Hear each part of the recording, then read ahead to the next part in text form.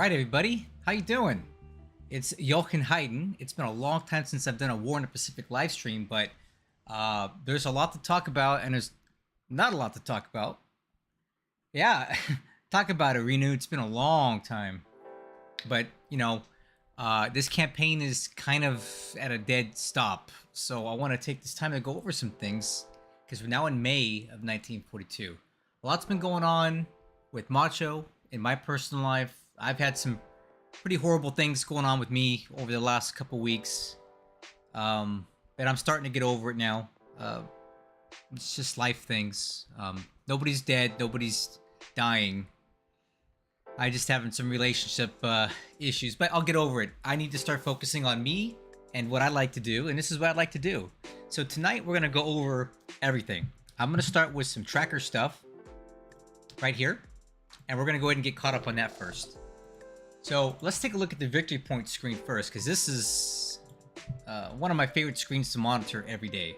So right now, on May 3rd, 1942, we currently have a 4.751 to 1 win ratio. Now, what catapulted it to this height was the fall of Colombo and the destruction of all of the Allied troops there. I mean, he took, what is this, over 1,200 Army lost points in one turn. That's bad. That's probably the biggest defeat that he's had to date. And we captured the base, so there's some base points involved there. So all in all, this last turn was pretty incredible for us.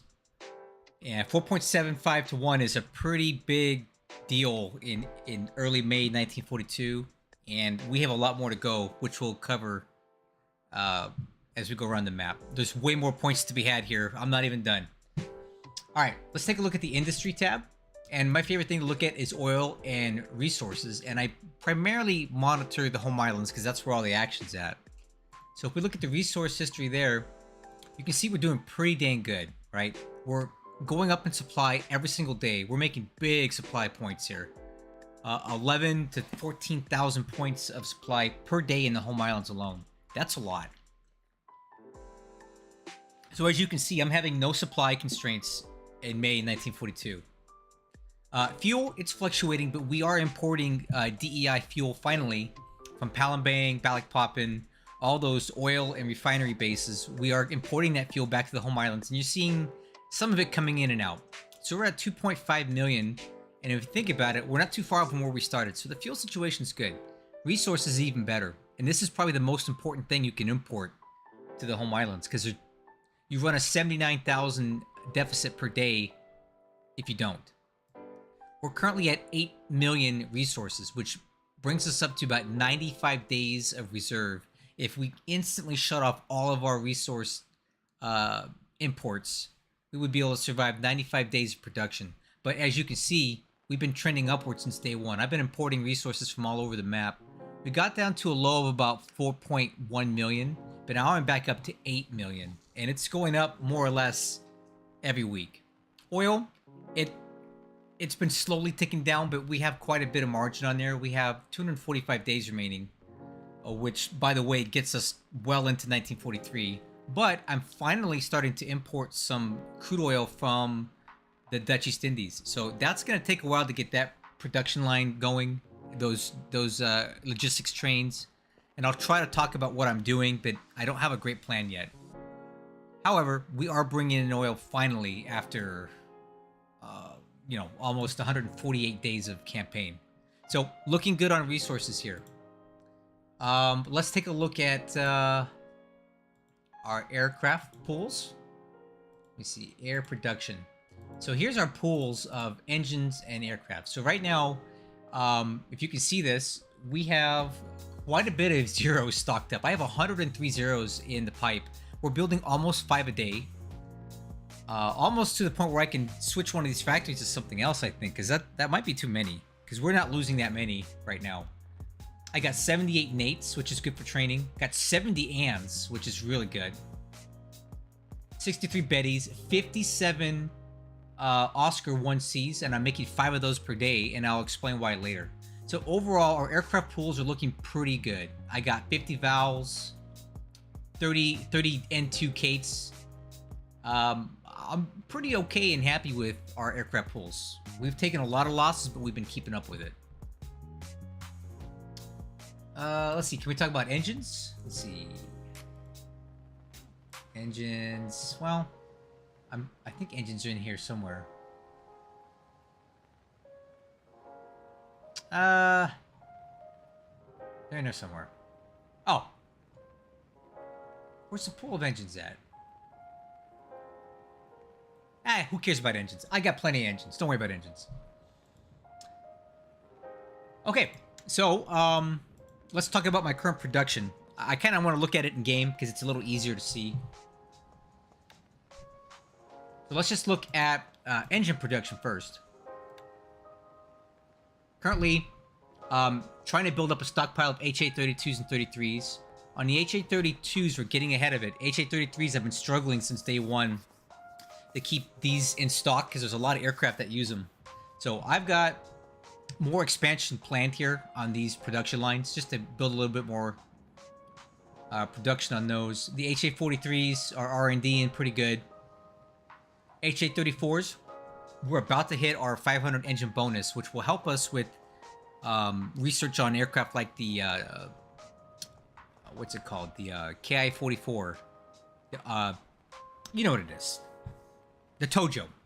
That's going to help us with our Tojo line. HA35s, we have met that bonus, and we are staying more or less on par with the usage per day.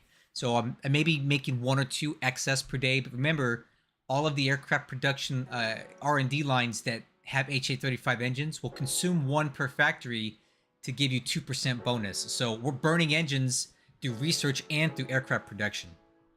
HA45s are doing good, and that's basically it. R&D for air. I'm waiting for this A6M3 production line to swap over to 30 out of 30, which once it does, I move it over to the A6M3 production line, which each one of these factories is doing 2% per day R&D. This is a killer, fantastic aircraft for 1942, and I want to re-equip all of my squadrons with the A6M3 to get us through the rest of 1942. So it is far more capable than the M2. So that's why I'm researching this as best I can. I do have a bunch of SAM production and other various aircraft just in case this thing, I don't AV him in 1942. This campaign is not geared to go all in just for 1942. Aircraft production, we've already discussed it. But here's my lines. I got 3 Zero lines, 1 Kate line, 1 Val line, 2 Jake lines, which I'm still needing because I got to re-equip a lot of float planes still. Making Glens for my, what do you call it? The submarines. Bettys I'm not currently producing because we have a very big healthy stockpile. And this is not an aircraft type that I intend to keep producing once the G3M3 Nail comes on board. I've got 4 Oscar production lines, and the reason that I do is that I think we need to start getting a lot more offensive with our Oscars. And I'll show you why. Hey, Bradley, we'll talk about that at the end. We'll talk about what's going on with that, but let me get through this first. So I'm also now finally producing the Helen, the 1A Helen. So I'm going for a production line of about 30 a month. This is going to be a low production rate aircraft because the 2A Helen is just better. It's got armor and all that stuff. This one I plan to use for ASW stuff, ASW work, because it eventually gets equipped with a magnetic anomaly detector, a MAD device.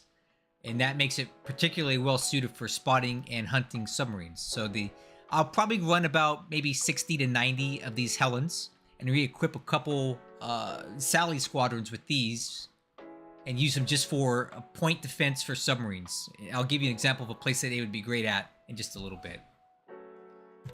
Okay, so we've talked about production, we've talked about industry, we've talked about the score.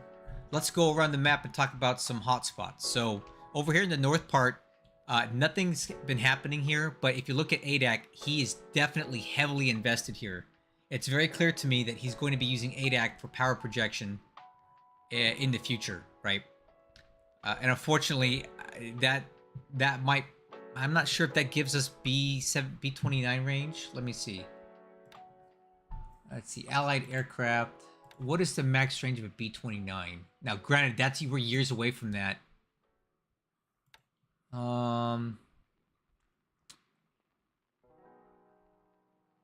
Okay, well, okay, good. Fortunately, he won't be able to bomb us from Adak, but either way, it's clear that with that base being expanded as hard as it is, he's looking to project from here in the future. But I have no plans on going into Adak at this point. It's probably heavily fortified with tons of troops, tons of aircraft. I missed my opportunity to go after the Aleutians early on, and I'm not going to even try it now. I'd rather just build up a strong line of defense in the Kurils and on Sakhalin and Hokkaido. I'd be cheaper than me trying to go out to Adak at this point, so we're not going to do that. Over this last turn, well, I guess it's like 3 weeks ago, Allied subs just reappeared in this area. Now, this would be a great place for me to run these Helens in the future, but what I did do here is I brought in some absolute savages of ASW. I brought a bunch of B5 and 1 Kates, right? Look at these pilots. These guys are some animals. ASW rating of 70, every single one of them, or better. These guys are going to rip and tear some subs up. And the B5 and Kates, even with a reduced bomb load, which is what ASW missions carry, have 250 kilogram bombs, which are roughly equivalent to the US 500-pound bomb. So each Kate carries 2 of these things. So it only takes 1 aircraft to potentially sink a sub. So I've got 30 Kates sitting there. Next turn, whenever we get a turn, they're going to unleash some absolute hell on these subs over here and drive them away quickly, and there ain't nothing he can do about it. But unfortunately, I did lose a ship, and I might lose a couple more here before it's all said and done, just because he got the drop on me, but never again. All right, let's talk about China's situation, because there's some issues there. We're completely done in the north. I'm pulling troops back now because we're done here. There's nothing left for us to capture all the way up to the very top of the map.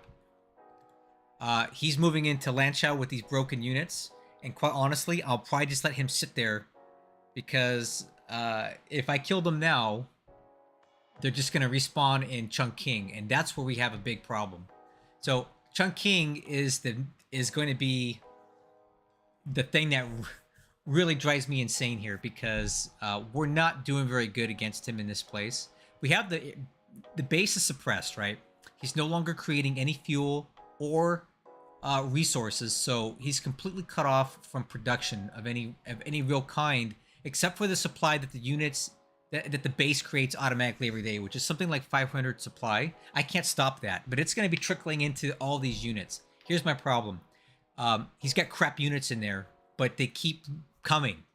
So I think if I look at the combat report, let's see if we can track down. Okay, here's Chongqing.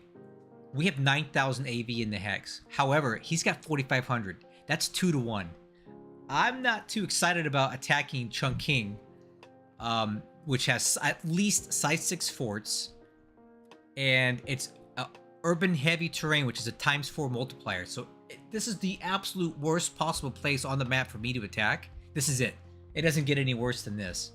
And I only have 2 to 1 parity. Granted, my troops are better than his, but we're going to get absolutely slaughtered, and I'm just worried about it. Every day, this number is going up. Why is that? Because the previously destroyed Chinese units that I've killed on the map will respawn here with 1/3 of their AV in their TOE. And a lot of these Chinese core that I'm killing have an AV TOE that's upwards of 700 AV worth of troops. Okay? So when they respawn in Chongqing, they're coming in with like 200 and something odd AV per core. And that sucks. And there's nothing you can do about it. They take about 30 days to respawn here. So every time you kill one, in 30 days or so, it comes back with magically 1/3 of its TOE back. And in many cases, it's coming back stronger than when I killed it.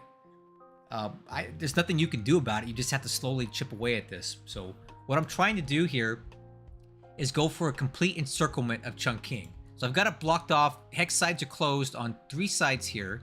This one is blocked, but it's still open. So he could technically exit here, but nothing can get in from there. Same here. I've got troops moving up here, another 400 AV with a lot of support units, more artillery, which are going to cross here and close that hex side. And after that's done, he will be effectively trapped in Chongqing. And I want I want to kill as many units as possible in here, because once they're off the map, they cannot come back until he has either Chengdu or Chongqing recaptured, and that ain't gonna happen in 1942. There's zero, absolutely impossible ability of doing that. So, I mentioned that the AV ratio was 4.75 to 1. Well, it's about to get a whole lot worse, because once I finally do kill these Chinese troops, we're probably looking at least 500 to 1,000 points worth of army loss points there, because Chinese troops aren't worth the rest as much as like other allied troops. I know, racist, right? Chinese lives matter, okay? Anyway, they don't give you as many points as killing like British or American devices, but they still kill you. They still count. And look at the point swing that's going to give me. Minus 800 to the allies and plus 1600 to me. And that's a 200 multiplier. That's gnarly. So that's going to swing the points even more in my favor once I do take this place. And if you look at the air capacity, I can take it up to a size 9 airfield. And that's just going to make that point value for Japan even more redonkulous. So there's a ton of points in Chongqing for me. Thousands of points once I take it. Chengdu, 100 point multiplier. And the air capacity can go up to size 9. Guys, we're looking at thousands of points for the base alone in Chengdu. And I've already got engineer units in there building it up, right? I've got more on the way, but I'm trying to build up this airfield just to make this base more valuable to me, because it adds essentially free victory points that he can't get from me until he retakes this base. And good luck. It ain't happening in 1942 or 43 for that matter. So I have a lot of points right here, guys. A lot of points that are just waiting to be harvested, and that's going to be extremely difficult for him to deal with. Now, it's going to be a grind, and I'm going to lose a lot of army loss points taking Chongqing, but the juice will be worth the squeeze in the end. All right, so Burma, here's my problem now. A lot of Chinese units have escaped China, and as you can see here, here, let me use some graphics. All these units here are moving up the what do you call it, the Burma Road, and they're essentially going to escape into India, and that's not good for me, because once these Chinese units get into this region here, I'm not going to get them out of there, and there's just a very supply-rich place for the Allies.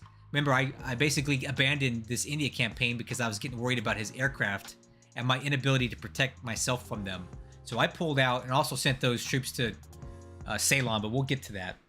But I need to do what I can as soon as possible to stem the tide of these Chinese troops working their way into India, because what's going to happen is over the next months or year or however long, they're just going to sit here and rebuild. They'll sit in Calcutta and just turn into these monster 700 AV gargantuan core, and they're going to come right back at me and push through and make it very difficult in Burma. So I need to do everything I can to cut off these Chinese troops. The original intent was to cut them off by taking all this area here and just blocking them in from the top down, but I've had to shift focus. So now my new focus is going to be to block them from this way, okay? And try to trap as many as possible in China and kill them off here and not let any more get away. And I'll explain how I'm going to do that in a bit. So you basically understand what's going on here, right? Okay. I do have substantial forces here. I got 800, 400, 700, 700. I've got about 2,500 AV of troops in Burma now, so that's more than enough to hold it down. The Allies are advancing from here. They've taken Chittagong and they're working their way down towards Akyab. Whatever. I'll draw my lines right here. I don't care. He can have all these back. But I'm going to build an impenetrable wall of troops here so he can't attack me. And whatever I have left is going to work their way this way up the Burma Road and try to stem the tide of these Chinese troops. Now, I'm going to need a lot more troops to do this. Where are they coming from? Well, I'll tell you where they're going to come from. They're going to come from Ceylon, where, as you guys are probably aware from watching the last turn, wherever that was weeks ago, we had an epic victory. And basically, I don't know if we checkmated, but we put him in a really bad spot. 3 Allied divisions destroyed in Colombo. And how did I kill them there? I landed troops at Kogala so that when the base fell, they have no retreat path. So from my other tutorial videos you may or may not have watched, troops have to have a retreat path to retreat. And a retreat path consists of them retreating towards a source of supply. And the only sources of supply on the map are bases. So if you are in or block if you take the base or you're in the base, they cannot retreat to that base. So wherever they surrender or wherever they're at, they die there. So I engineered I engineered this intentionally. I landed this, I snuck in this regiment while I was busy keeping him busy with bombarding and all this other crap. I caught him with his pants down because he's had to move all of his like patrol aircraft way into India. I snuck in a little something something down here and retook Kogala so that when I attacked Colombo again, all those troops had nowhere to retreat, and I captured them all. That's me having good knowledge of how the game works.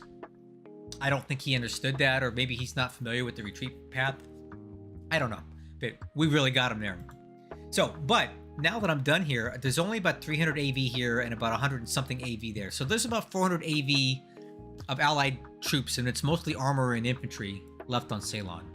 I currently have 112, 23, 37, 38.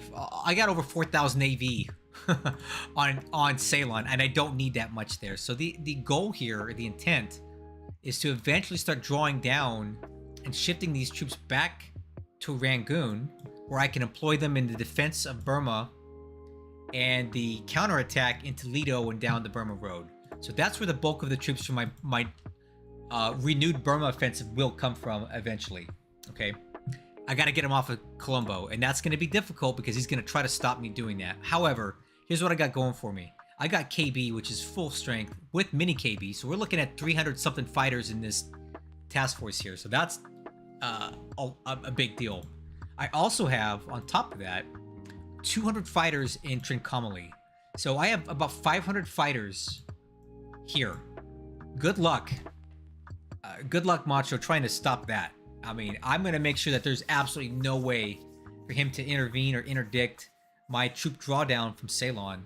KB's going to stay there and protect it, and I have a lot of indigenous cap at Trincomalee, so he will never break through there. It would be a suicide mission if he tried it, and I'm just going to win even more. So I feel pretty confident that we can protect the troop drawdown from Ceylon back to Rangoon, so we can continue our offensive there and bolster our defensive line here. And with the destruction of these 3 allied divisions, well, they're not permanent. They'll come back eventually, but they're going to be hurting quite a bit, and they're going to be more or less out of the fight for months. So I'm feeling pretty good about how things are looking here in the Bay of Bengal. We have local superiority for now with the destruction of all of his transports. Basically, every AP he's got in the region is dead. 8 or 9 of his battleships are dead. And we just killed 2 or 3 subs just last turn. He ain't got much to come at me with. Yeah, he's got to bring his carriers in to do anything, and I don't see them. All right, I've got patrol planes covering here. I got patrol planes out to there. I have this whole area covered. I'll see them coming and turn in advance. So, yeah. It's not looking good for him here. There's absolutely nothing to talk about in the Dutch East Indies. I've got many CS convoys working here. We're pulling resources and fuel and oil out of Palembang, out of Medan. I'm taking it to Singapore, and then I have multiple CS convoys that are moving resources, fuel, and oil from Singapore back to the home islands. And this route is basically fully protected. Right, we own everything around here, so there's no way for him to really interdict these convoys right now. I guess he could send sums in here, but what I'll do if he does that is I'll just redirect my convoys to stay in the shallow water, and I'll put ASW aircraft at all these places here, and we're just going to murder his subs. So really, I feel great about my logistics chain right now in the South China Sea and all the way through the Dutch East Indies. With a couple caveats, he ain't getting in there. All right, let me catch up on the chat. Operation Pig. There's no way Macho continues this game. He has unequivocally lost. I cannot disagree with you more. He is not lost yet. He's got an uphill battle, but he's not lost. And you also said some of us watched Lodric bulldoze over Zargun over the past year, but this is even worse of beating. I disagree. Lodric bulldozed all over Zargun and had a 6-to-1 win ratio. I ain't near there. Zargun just basically laid down and just didn't fight. Macho is trying to fight. He's made some good moves. He's made some bad moves. I caught him at Ceylon. I won that one. But you got to keep in mind, all of his carriers are still intact. All of his carrier air wings are fully intact and basically have taken no losses. So he's got a very potent force still out there somewhere that could hit me anywhere on the map because he knows where my carriers are at. I don't know where his are at. And that's a problem. And he's got 7 months to do something here. Okay? We'll talk more about the end game here and how that works. Anyway, we got the Philippines. I was using Davao for an oil and a resource way station, but I've decided to move all of that up to Manila, which is a much better port, and it's easier for me to defend because it's inside my interior lines. Davao is technically facing towards the enemy, right? So he could get some subs in here before I can react, do some damage. But if I take all this crap and relocate all these CS convoys over to Manila, for example, I can protect that a lot better. And then we can shorten the drive from Davao to the home islands. It's just Manila, and I can protect it better. So Manila is going to become the main hub for like basically all of this part of the DEI, all of the oil, all the fuel, all the resources that I'm extracting from here, plus whatever's in the Philippine Islands is going into Manila, and we're running CS convoys out of there now. So we're having some issues with subs here in the Makassar Strait. And quite honestly, I'm not entirely sure how these subs are getting in here. I guess theoretically they could be coming through down here. I guess they could be coming through down here. That's always a possibility. Maybe I need to put some ASW in here. Maybe coming out of Perth.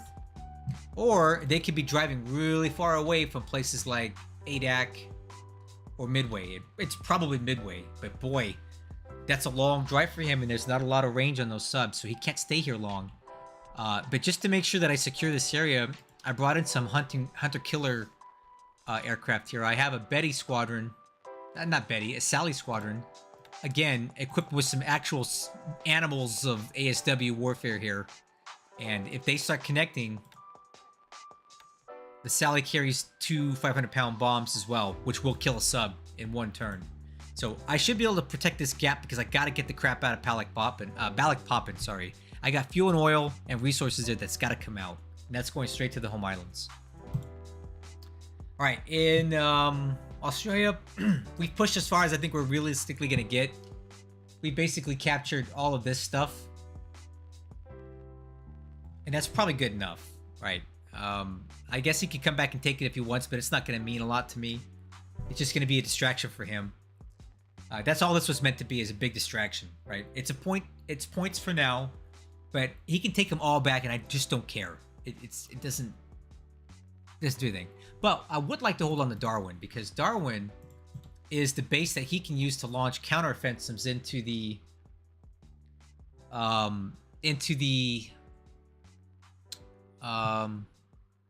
Dutch East Indies. So I've got a pretty substantial force here, and I'm looking to make a stand at Darwin. So Darwin's going to be a long-term hold. I'm building up the base right now. I've got a lot of troops there. I've got aircraft here. I'm going to bring in some anti-aircraft to deal with the bombers if they come. So yeah, Darwin's a long-term hold. The rest of it isn't.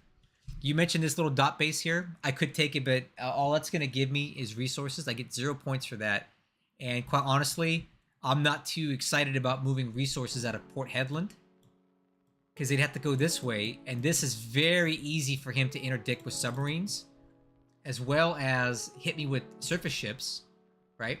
He could launch raids and air attacks from any one of these bases down here on Port Hedland, on the ships that are getting resources. And quite honestly, I just don't really need these resources here. I have enough resource production everywhere else on the map that this one isn't really going to add a lot of value. So I'm gonna leave that dot base alone. It's just not worth anything to me. All right, now South Pacific. This is as far as I expanded. He's got something over at Lord Howe. I don't know what that's about. But realistically, this is as far as we're gonna go. I know that he's got a pretty substantial base built up at Tongatapu. Pago Pago is very powerful. He's got a lot of stuff there. So enemy concentrations are at Raoul, Tongatapu, and Pago, right? Initially, I took Fiji just to I guess we're talking about strategy now, right? Okay. I took Fiji just for killing the troops here, because there's a couple hundred points of army loss points at Fiji that I thought were easy to grab, and they were. But I didn't really expect to be able to hold Fiji for very long, because I knew at some point the Allies would have to launch a counteroffensive. I just thought that it would be down here. I thought that the Allies would do like a South Pacific push, because they know that I'm heavily invested here. But over the course of the months of this campaign, we found out that Macho is heavily invested here too. All of his aircraft are here. All of his battleships came here. Basically, all of his American divisions from the United States, and plus all the best Aussie divisions which we killed, are in India. So we went all in this direction, and so did he. But we've killed so much here, and we've trapped so much here, that I honestly don't think he's got anything to counter us in the South Pacific. So what I'm going to look here at this point, since this place is dead as a doornail, and he ain't got nothing to come at us with, from my read on the situation. So Noumea is very strong. I've got 600, 700 AV there. I have essentially nothing on Fiji, but look at that point multiplier on Suva. That's 75. I think maybe I need to start thinking about getting into Fiji. I have a division here that I've been saving over at Fusan, the 25th, which is actually pretty decent. So I'm probably going to buy this bad boy out and ship it down to Fiji with some supporting units and try to make a stand here, because I think that we can hold this place now with the situation being how it is, where he's all invested in India and I don't see anything down here. I think we need to go ahead and try to fortify Fiji and start building it up and getting more points out of this place, because I want as many points as I can to see me into 1943. We're already doing that at places like Efate and Luganville. If you can see here, I've got 140 engineers and 9 engineer vehicles. So actually I have over 200 engineer devices working on building these bases up, because they're worth 50. It's a times 50 multiplier. So this base can get up to, shoot, over 1,000 points. Same with Efate, which I have less engineers here, but we're still working on it. I'm currently in the process of expanding Efate as well as Luganville for the points, 50-50. And I'm bringing in reinforcements to secure it. I've got 3 Naval Guard units and 2 RF battalions currently on Luganville with an air HQ for defense in the future. And I'm going to build these bases up as far as I can just to milk the points. Noumea, already at size 4 forts, and building more with one of my absolute best divisions on the map. Actually, maybe my best one is there. So Noumea is going to be extremely difficult for him to retake without a massive, massive investment of troops, which he just does not have. So he ain't getting this back, no time soon. And if I have my way, he's not going to get back Suva and Nadi either. And this is a recent change in the campaign. I'm going to go ahead and invest in this, because I just think now's the time to do it, because I don't think he's got what he needs to secure it. All right. And of course, I'm still working on Port Moresby, because it's still worth a lot of points too. That's how many points we've built it up to. And I'm working on another airfield expansion, because why not? Also, Rabaul, I'm building that base up because that's a long-term hold, and that's worth a lot of points. So it's already at a size 8 airfield, about to go to 9. Yeah, so these places are not at risk. And neither are these for the time being. Now, I basically covered the entire... Now, okay, here's my weak spot. This is the weakest spot on the map for me right now, is the Marshall and the Gilbert Islands. I ain't got nothing out here, guys. I got just the base, the units that it spawns with. Tabatuea, I've got a little bit more. I got about 100 AV there, and I'm building it up a bit because I use it as a spotting base. But I have very weak troop concentrations in the Marshalls. And now that I look at what I've got here in Yokohama, I've got hundreds of AV worth of Naval Guard units that are just sitting here waiting to go. So the plan here is to take these guys and start planting them. About half of them are going to go into the Kuriles to shore up these defenses here. Paramashiro, definitely. I want to put more troops there, because this is a very important base for me, because it gives me the most spotting that I can get into the Aleutians. So I want to reinforce these places, put more troops on Hokkaido, build these up some more, and send the rest of these Naval Guard units out to here and start building up bases that are important to me, like Kwajalein, Tabatuea, Majura. You know what I'm saying? I got to build this area up because we're very weak here. If he was going to attack us, this would be the worst place for him to hit us with because I just don't have anything here, right? Don't tell him now. Shh. He doesn't know. All right. Operation Pig says, if I do plan on holding Fiji, are you going to go on the offensive to push him back from air bases that could threaten your position? No, I'm not going to, and here's why. Because these bases are going to have a lot of aircraft in them. They're going to be heavily mined, and it's going to be an absolute just slaughter trying to get in there, taking them. Because he's going to hold these bases, and I don't really need to do that. We don't have an amphibious bonus anymore, so the landing would require me to be at 100% preparation, which is going to take me 3 months to do, and he's going to know that we're doing it because his SIGINT's way better than ours. So he'll see that we're planning for Pago and Tonga Tapu, and he'll probably sneak in some stuff in here to reinforce them. So I'm done on the offensive in the South Pacific. This is as far as we're going to get. Now I'm working on shoring up the lines. No more offensive operations for the remainder of this campaign. Maybe some isolated stuff here, and definitely in China, and maybe some probes back into India if things are going well. But if you look at the strategic map here, this is essentially what we're going to get. This is our empire now for the remainder of 1942. And I'm shifting from offensive operations now to defensive operations. And that's kind of where we're at. But here's my problem right now, and here's where I kind of want some ideas from you guys who are either live or going to watch this after the fact. It's been almost 3 weeks since I've had a turn, and I'm not happy about it.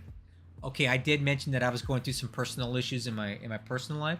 Yep, that's true. So I would say about the last week, I've had no motivation to even get out of bed some days, man. It's been bad for me, but I'm over it now. Well, okay, let me rephrase that. I'm not over it. What happened to me, I don't know if you ever really get over it, but I'm able to function again, and I want to start playing this game again. But Macho, and here's where I'm not certain of what's going on. I'm barely talking to him, and every time I talk to him, he just sounds like he's completely exhausted. He doesn't want to play because he's tired. He says he's working 12-hour shifts for like 3 weeks straight. I don't know. Okay, for background, Macho is active duty army, and he's in some sort of intelligence. I don't know exactly what his MOS is, but he's involved in some sort of intelligence apparatus of some sort. So he claims, and I'm not calling him a liar by any stretch, that they're doing something at work that he's just being run ragged. Essentially sounds like he's doing 12-hour days, 7 days a week for weeks. I was in the army for 5 years, way back in the day. Even when I was deployed to Iraq, I never worked that many days. So I don't know what the heck they're doing to that poor guy, but he's claiming he has no energy to play. And to some extent, I think that's true, but I refuse to believe that he can't squeeze in 10 to 15 minutes a day to work me one turn. He don't got that much to do right now, guys. The lines are more or less where they're at. The only thing he can really move around the map right now are carriers. I don't know where they're at, but he doesn't have to worry about Ceylon. That's dead. So he doesn't really have that much work to do for any given turn. Things are stagnant right now. And in 3 weeks, you can't give me 10 minutes a day to get me a turn. It would take him maybe 5 days to work a turn. That'd be better than what we're doing right now. So part of me feels that he's just not motivated. So in addition to being tired from work, which is valid, and I believe that, he doesn't want to give any more energy to this because he's not in a good place right now. He has not lost his campaign. It's far from over. It's not good. It's not over. The Allies can come back from nearly anything if they're played well. But given that he's probably busy with work, and the fact that he's not happy with how this has gone for him, I don't think the motivation's there. That's my personal read on the situation. And if you guys have been with me for a long time with War in Pacific, you know that I played Helson. And this is right about the time in our campaign with Helson that he just gave up, right? We took Calcutta, we were deep into India, we were coming for Ceylon, we were kicking his butt in China, and he just quit. He just gave up and said, I'm not loving this, I don't want to play anymore. And I wasn't even as far along as this. Guys, our win ratio with the Helson campaign when he quit was barely 4-1. I'm almost at 5-1 now, so essentially, Helson is in a Macho is worse off than Helson was, and Helson quit on me, and I was drawn through for months waiting for Helson to play the game. I went weeks without turns with him, and I don't want that for this campaign. It's been way too exciting and fun for both of us for it to end that way. But I'm not going to sit here and wait forever, so what I kind of need to know is how long do I wait? You know, how long do I wait for Macho to give me a turn? People on my Discord have been saying that he may be busy with work until the early October. I don't know if I can wait that long, guys. I either want a turn or I want him to quit so I can move on with my life, because right now this is my main campaign. I've got another one in the works, but I hadn't planned on that being my main thing. I wanted this to be my main thing that I'm showing you guys on YouTube and I'm actively playing hard every time. And he's just not giving it to me. So I kind of need to know, like, how much longer do I wait for a turn? Do I wait until he gives me one? Or is he never going to give me one because he's just checked out? I really don't know. And that's kind of where we're at with this. You know what I know now. Okay, Charlie asked, do I have sufficient production to mine your defensive perimeter? Okay, well, let's look at this. This is probably one of the biggest issues that I have with the Japanese situation here. Their mine production is abysmal. So these are all the mines that the Japanese can make. I've got basically none. I got Type 88 mines and basically no other mines. Our build rates are pathetic. So the Type 93 mines are 110 a month. Type 88s are 35. You can see these mine production rates are very, very slow. So no, I don't have enough mines to mine the entire perimeter. I can mine some point areas, but I can't mine every place. I would love to put mines in every little gap in here, right? So his subs can't sneak through here. I would love to mine every one of these bases down here, but I just don't have the production for it. So I have to basically save up for one big mine push per month. And right now my mine push has been here at Batavia. I'm sorry, Marak. I want to clear that gap right there. And I've also been doing some defensive and offensive mine operations at Colombo and other places, which we don't need to talk about. So I have been doing some offensive mine operations over here. And that's basically where all my mines are going. So yeah, mines are a big problem for me. I have more ACMs to tend the mines than I have mines to tend. What a problem to have, right? Well, I've been talking for what? A while here. Let me open it up here to the chat or anybody who's watching. If you have any more questions, now's the time, because I basically said my piece. You know my whole plan. You know all of my production. You know how I feel about this campaign's stagnation. What are your questions? What would you like to see? I got everything open right now. Now's the time.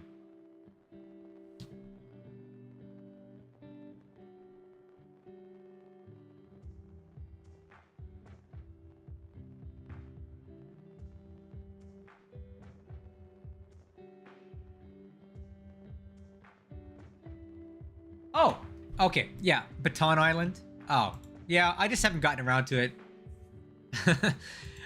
I will. You know, I've been meaning to get around to it. I just haven't. I've got troops in Manila that can take it. I got too many troops in Manila.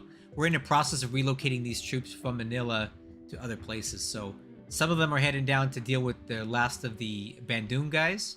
And some of them are heading over up into Burma to help bolster the line there. And some of them are going to go down to South Pacific to help shore up down here a bit. But I can always break off one little fragment to take these two bases here, because I'll get them for free. There's nothing on them. There's no reason why I didn't take them yet. I just haven't gotten around to it, because it's worthless.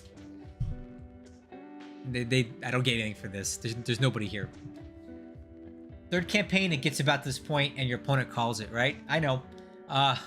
Bradley, I know. Now, I have to say, I did quit one as well, so I can't talk too much trash about people quitting on me. I did quit the one against Helson because I just felt way overmatched at the time. I was not a good player back then, and I felt like he was taking advantage of me using Scenario 2 as a seasoned Japanese player against a brand new Allied player. And I was playing Lodric at the time, and on top of that, I was also covering Desert Wolf's campaign. So I had 3 production lines of War in the Pacific going on, and I had to cut one. So I gave up on that. So in hindsight, I probably should have kept playing it, because I think we could have beat him. Oh well. Hey, at least I know that as a Japanese player, I'm doing okay. I've made some big mistakes here, but overall, this was all me, man. I did get some good advice from Desert Wolf. I'm not gonna lie. He's my good friend and confidant, and my go-to guy for recommendations in this game. So I did reach out to him a few times for some recommendations about what to do with the Ceylon operation, but what he did for me was he kind of just reinforced what I already knew. The second that I saw the Allies reinforce Colombo, a light went off in my head that, hey, I need to get in on this. This is my chance to KO him. And Desert Wolf just kind of reinforced, like, hey, I don't know if you're seeing this, but I think what he just did here is bad. And I said, yeah, man, I see it. And I made that decision the second that he went into Colombo with his divisions to pull out of India and shipped everything over here, and Macho just never could recover from it. I was faster at it than he was, and he could not shift focus fast enough. And I still think that he screwed up by not getting his carriers involved here at any point. I've had battleships and cruisers and you name it just sitting out here in the wide open for days on end, where he could have maybe snuck in and got at me with a hit and run, and he just didn't. He's scared. So he made it a lot easier for me to win. We basically were able to fully blockade Colombo. Remember when his transports came in here a few days ago or a few turns ago, and we just decimated the entire thing? There was nothing to stop me. Like, his carriers never showed up to stop it. So, like, that was all me, man. I'm getting less help in this campaign than I've gotten in all my other ones. So that's what it is. Not toot my own horn. I'm not the best Japanese player. I know I'm not. There's way better ones than me. But I'm learning a lot every time. And I'm dead set on playing Japan for the rest of my War in the Pacific career. Because, in my opinion, this game needs the strongest players to be Japanese. We push the pace. We decide how it's going to go. We challenge the Allies in 1942. Right? If you don't have a strong 1942, the rest of it's just going to be a steamroll. So I feel like you got to have your best players playing Japan to set the tone for the campaign and to put up a good fight for the Allies and keep them from being able to steamroll you later on. They're going to eventually. If this thing's getting into 44, 45, even the best Japanese players aren't going to be able to stop it, right? But if you play for AV like I want to play, that's my litmus test for how good I can do. And if you do get into 44 or 45 as a Japanese player and you still lose, it's a moral victory, because you can tell everybody, like, hey, I lost to Japan in 1945. Well, who doesn't, right? But look what I did to him to make him get to that point. That's a win as a Japanese player. If you make the Allies get to 1945 to beat you, that's a win for me. Next campaign against DW? F no. That guy is a savage. The guy's brain is a supercomputer. No way. Midget submarine production. Okay, you want to talk about it? Let's talk about ship production. We didn't talk about that. Ship production. All right, let's sort this, okay? So I'm gonna sort it by only what I'm building right now. So halted, queued, and blueprint. We're just gonna show you what's actually being built right now, and we're gonna sort it by date of arrival. Okay, right now I'm going ahead and let these landing barges build, because they don't cost much.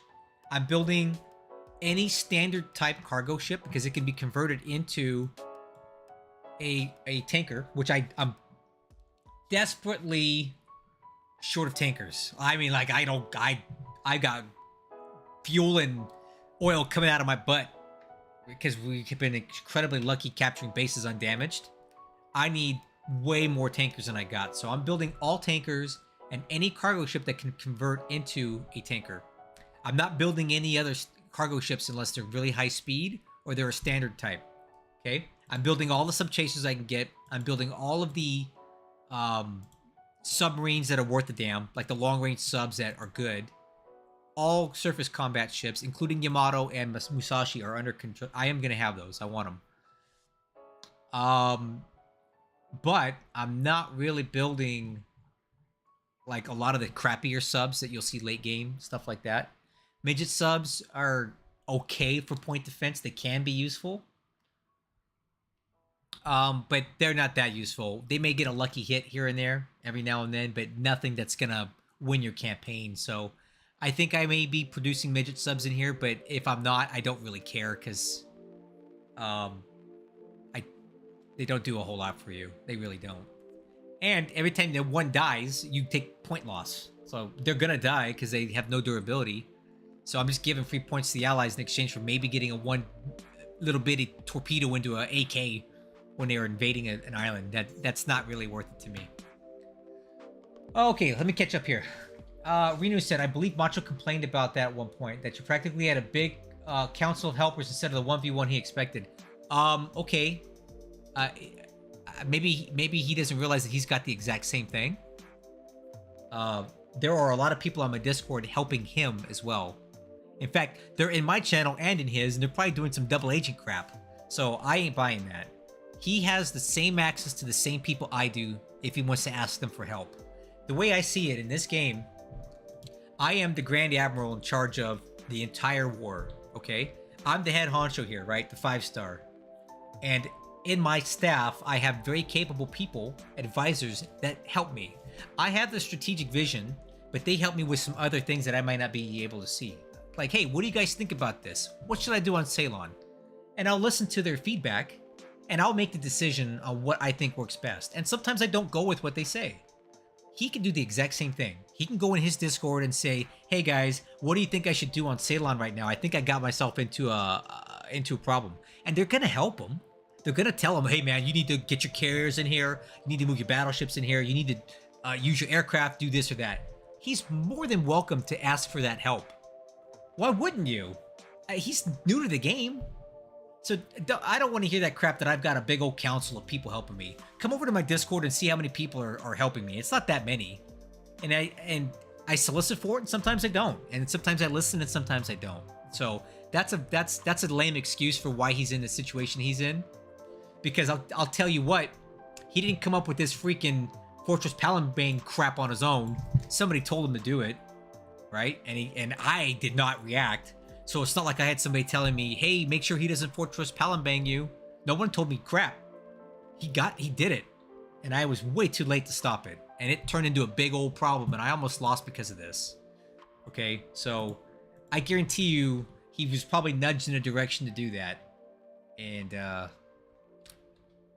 he listened to someone's advice, and he acted on it. So there you go.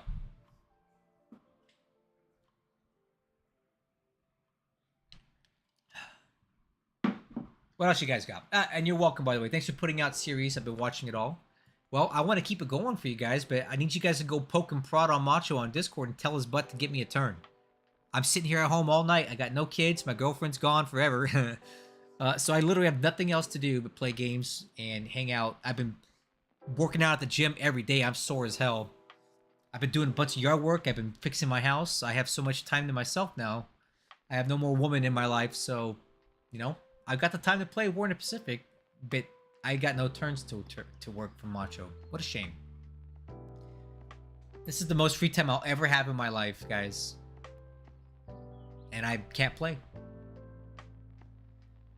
Oh well. That's life, right? People come and go.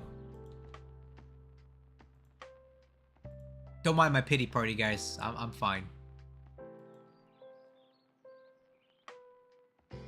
Alright, so he's got 8 hours to himself when he gets off work. Okay, you can't give me 20 minutes of that to work my turn? When you have probably 40 minutes of work to do? Per turn? That's kind of lame. Oh, gin and tonic, Bradley. I'm probably going to retire that drink. Because that was the drink that me and my girlfriend drank like, almost exclusively. Like, we were some gin drinking fools together. We drank a lot of gin. But she's no longer in my life, and having a drink like that just kind of reminds me of her, and I just don't want to be reminded of her right now. So I'm actually abstaining from alcohol for a while. I haven't had a drink since about 8 days now, and I feel great. I've lost 8 pounds between having no appetite and not drinking and working out like a fiend every single day. I mean, I'm pumping hard in the gym because I'm just, it helps me relieve stress and feel better. So I'm losing weight. I'm looking good. And I just don't need any of that crap right now. So no drinks for me. Oh, that was months ago, man. I think she was kind of joking, but maybe she wasn't. But it doesn't matter now. She decided that she found somebody better than me. So it doesn't matter. Again, I don't really want to get into this. I've told myself I wouldn't talk about this crap tonight. So I'm done talking about her. But yeah, I was fat.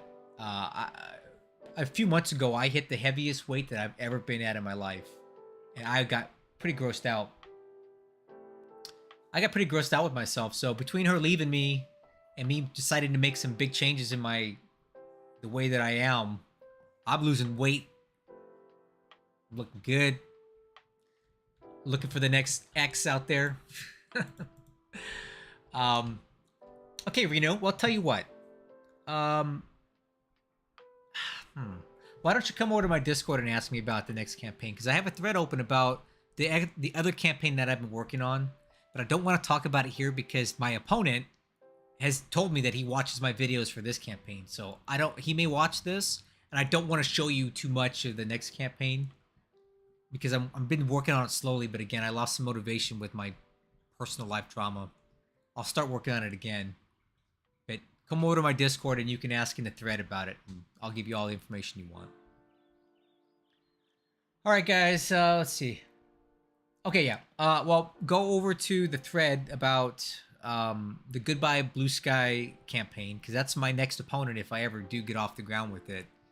And I have a much different strategy in mind in that campaign than I have in this one. It's also scenario 1.5, which is a scenario that I created, which is a middle point between scenario 1 and scenario 2. So I'll have more to work with than this, but less than scenario 2, which I think is the absolute best, the best thing you can have is for the Japan. It's not overpowered too much like scenario 2, but it gives you a little more to work with in scenario 1. All right, Charlie said you've enjoyed both series, learning a lot from both players. You both have put good effort into this. Yeah, thank you. This, I've been doing a lot of flight simulating stuff lately, but at the end of the day, this is my bread and butter. It's War in the Pacific. This channel will always be War in the Pacific. So, first and foremost, this campaign and this game come first. I just do the flight simming stuff on the side because I enjoy it. It's a side hobby, but that's not going to be the sole focus of my channel ever. It's just something I enjoy. And if other people enjoy it too, come on over and you can get some flight simming and some strategy games. I mean, it's a man crap, right? That's what men do. We play war games and we fly planes, right?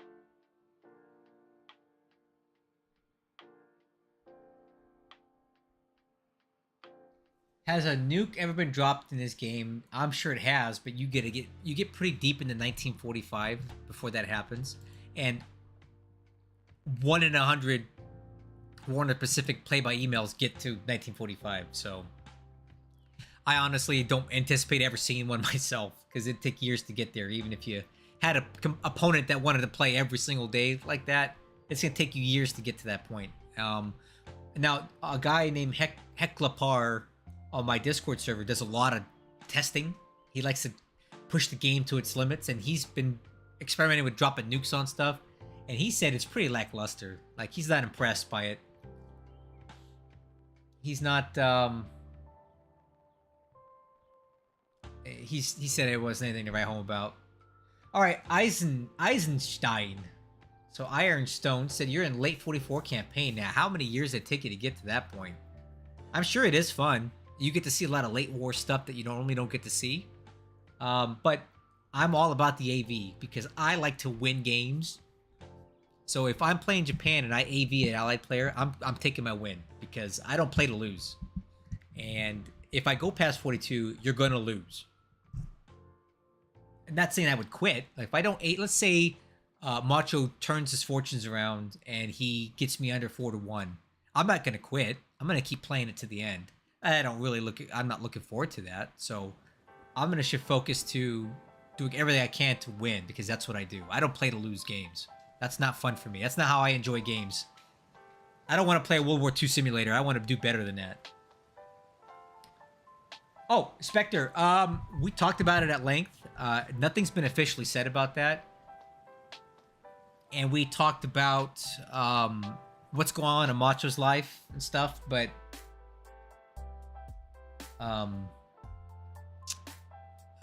I feel like he's lost some motivation with the current situation that he's in, but he's not lost yet.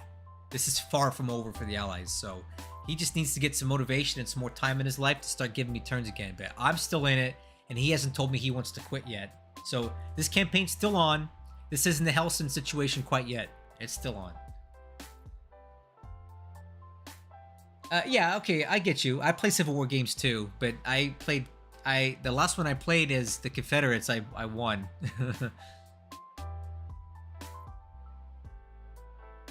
Oh, you want to see the scenario 1.5 changelog? Here, I'll show it to you. Hold on.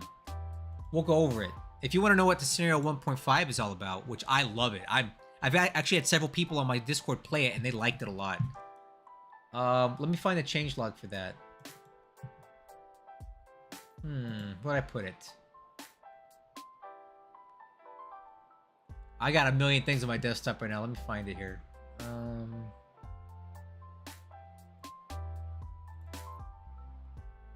Oh, here we go. Stand by. Okay, so here is the changelog, and we'll go over it. I know it might look a little small on your screen, but I'll kind of narrate this for you guys. Hopefully you can see it. Maybe I can make it bigger. Oh, yeah, look at that. Boom. Okay, so here's some of the stuff that I've changed in this campaign. The World War II Week by Week channel, is that the guy with the obnoxious Australian wannabe accent thing? Because if it is, no, I can't watch it because I cannot stand that guy the way he speaks English. If that's the one you're talking about. Yeah, he still has all of his CVs. So that's why he's not out of this. He hasn't lost a dang thing with his carriers. So that's the #1 reason why this is not lost yet. He has all of his carriers intact.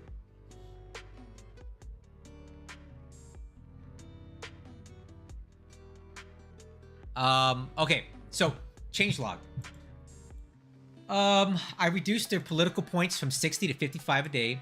I fixed a lot of broken radar device links for the Japanese radar because in scenario 1, the stock one, a lot of the upgrades for the radar are broken and they don't upgrade like they should. So that's another reason why I don't want to get out of 1942 with this campaign because it's compromised. Oh, I maybe we're thinking of different channels then, dude. But the one I used to watch was, I couldn't stand the guy's accent. It was horrible. I mean, teach a guy to speak English, and I think that's his native language. All right, I reduced the monthly pools of the Japanese pilots because they were just getting way too many pilots in 1944-45, and it was actually breaking the game because it was running up the heavy industry. Because you need heavy industry to create pilots, right? Look. Let's see. Industry. Let's look at the chart. As you can see, I got to pay 20,000 heavy industry a month for these pilots that I get in the pool. In the 1944 and 45, that number shoots up like crazy in scenario 2. And you start breaking your bank because you can't even afford the pilot training anymore.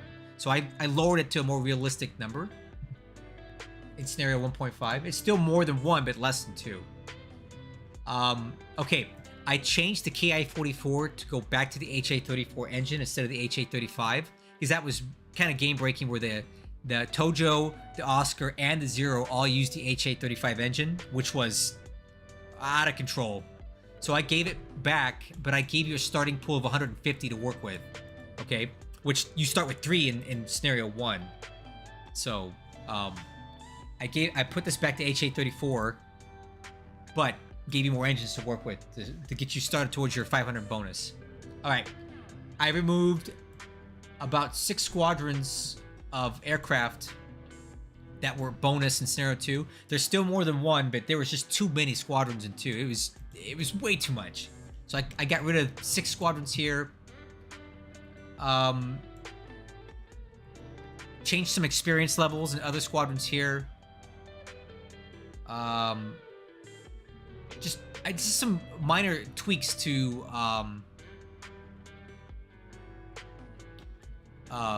just to make this a little more reasonable.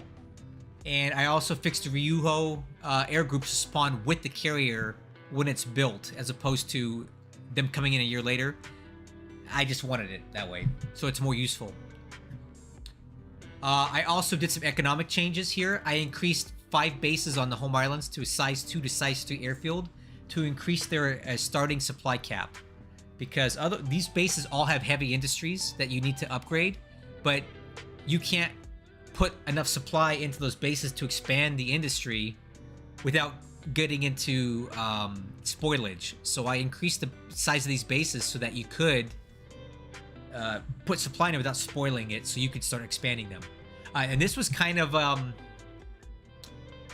controversial thing that I did. Some people didn't agree with it, but I did it anyway. I added 40 indigenous supply to 18 bases in the home islands a day. So it gives you a total of 720 baked in supply per day in the home islands. So basically what that looks like would be, so you see how this is the supply here, you see nothing here. Let's look at Wenchao. You see this number in parentheses here with the slash?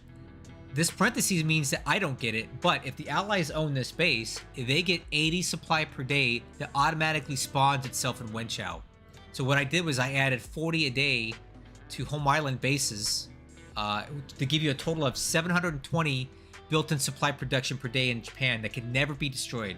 So even if the allies bomb it into the ground, the home islands at a minimum will still produce 500 supply a day, 720 supply per day. It's not going to win you the war, but it can keep you going a bit longer, and it will help you build up a supply surplus over time. So multiply 720 by 1500 days of campaign, you can get a few 100,000 supply out of that, right? So I did that to give Japan a little bit more indigenous supply that cannot be disrupted. What else do I got?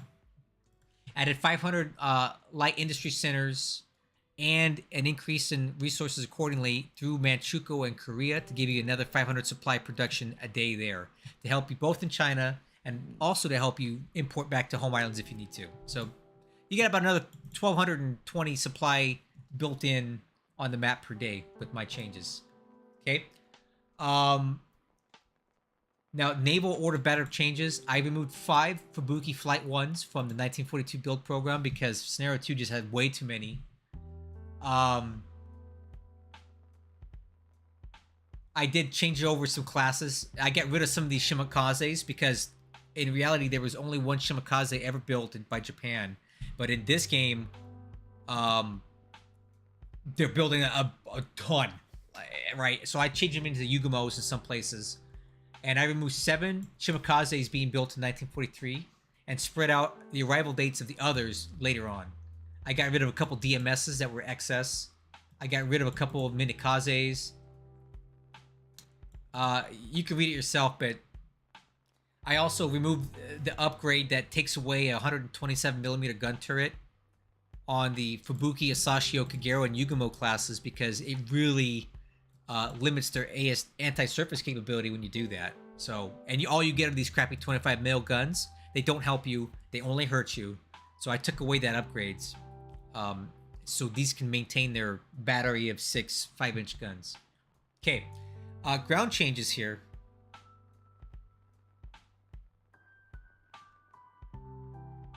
Ground changes here. You can kind of read it on the screen.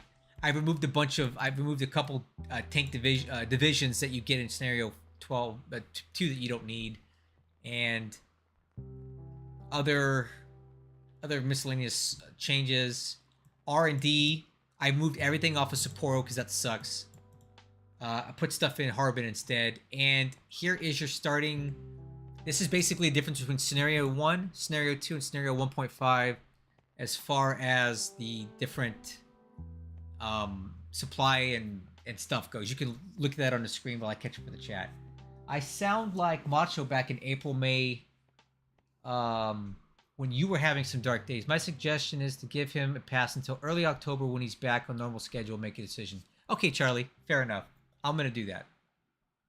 I'll give him till October to un-F himself and get back into this. Now, to be fair to me, yeah, I wasn't having a great time with that campaign, but I also had other stuff going on. I was also playing, I think, Hellson at the time, and I was doing videos for Desert Wolf. So I had 3 campaigns going, and during that time, I also told Macho, like, hey man, this isn't, well, geez, I don't even know. That may not be right. I don't know, guys. Maybe you're right. I'm gonna give him till October. You're right, Charlie. I was probably making excuses back then too. That was about the time that we were dealing with the Fortress Palembang bullcrap, and it was really not going well. And I was feeling pretty dejected by the whole thing because it's such a cheesy, stupid strat that the Allies can do that's not really fair, and it really pushes the limits of the game engine, right? And puts things to chance, and I hate that. So I don't agree with that. I think it's cheap for the Allied players to do that because they're abusing a system that I can't fix or control. But he did it, and it was no rule against it. So, you know, I get it. I'll call him out for it every time. And honestly, in the end, it didn't help him at all. Actually, it probably hurt him because it made it easier for me to kill a lot of troops at once. And I ended up capturing the base completely intact anyway. So it didn't even have the desired effect other than delaying me for about a month, which, you know, did hurt me, but maybe not as much as I thought it did at the time. All right, and I did do some stuff to help the Allies too, or I debuffed the Allies a bit here. This is available on my Discord, guys. I'm not going to leave this up. You guys can download this changelog over on my Discord later on if you want to see it. But I like the scenario a lot. Okay, well, how long have we been doing this? 1 hour and 13 minutes. All right, I'm going to give you guys one last opportunity to ask me a question or make a statement or ask me if you want to see something. And then I'm probably going to end this because I think I need to eat something. I haven't eaten in about a week. I probably need to start eating again, so let me know what you want to hear about. And if you don't got nothing for me, I'm going to call it.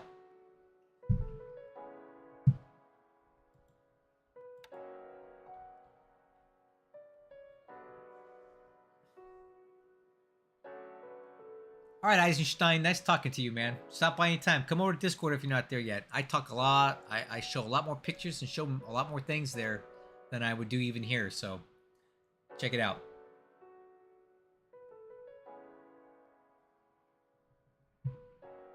Wow. If there's nothing else, guys, I'm going to say bye. If you have any more questions, just leave a comment on the video or come over to Discord and ask me there. Thank you guys for showing up. I had a great turnout tonight. It's really fun. Take care, guys.